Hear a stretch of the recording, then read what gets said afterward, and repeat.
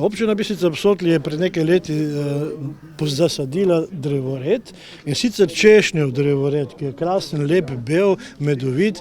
Zraven smo zraven divjih češenj dali še prave češnje, in tako da imamo vse sorte čebelic okrog teh češenj in je prav lepa zgodba.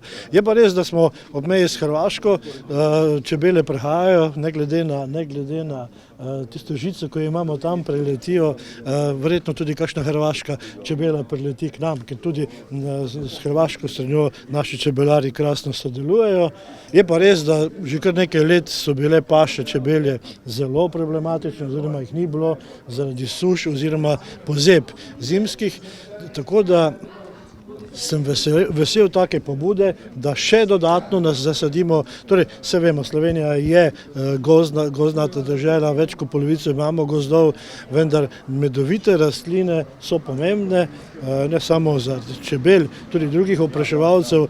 Mi smo v Naturi 2000 v Kozjanskem parku, kjer se še to posebej goji, torej zdrava narava, zdravo okolje, in če bo vse to zdravo, potem bodo tudi čebele zdrave.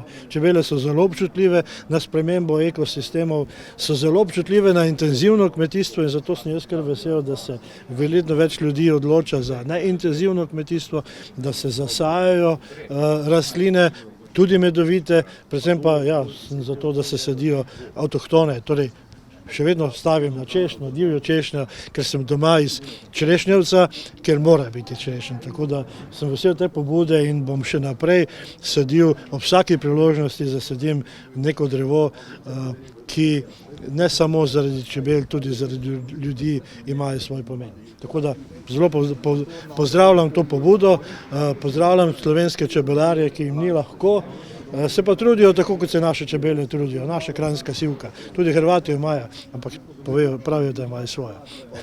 Hvala.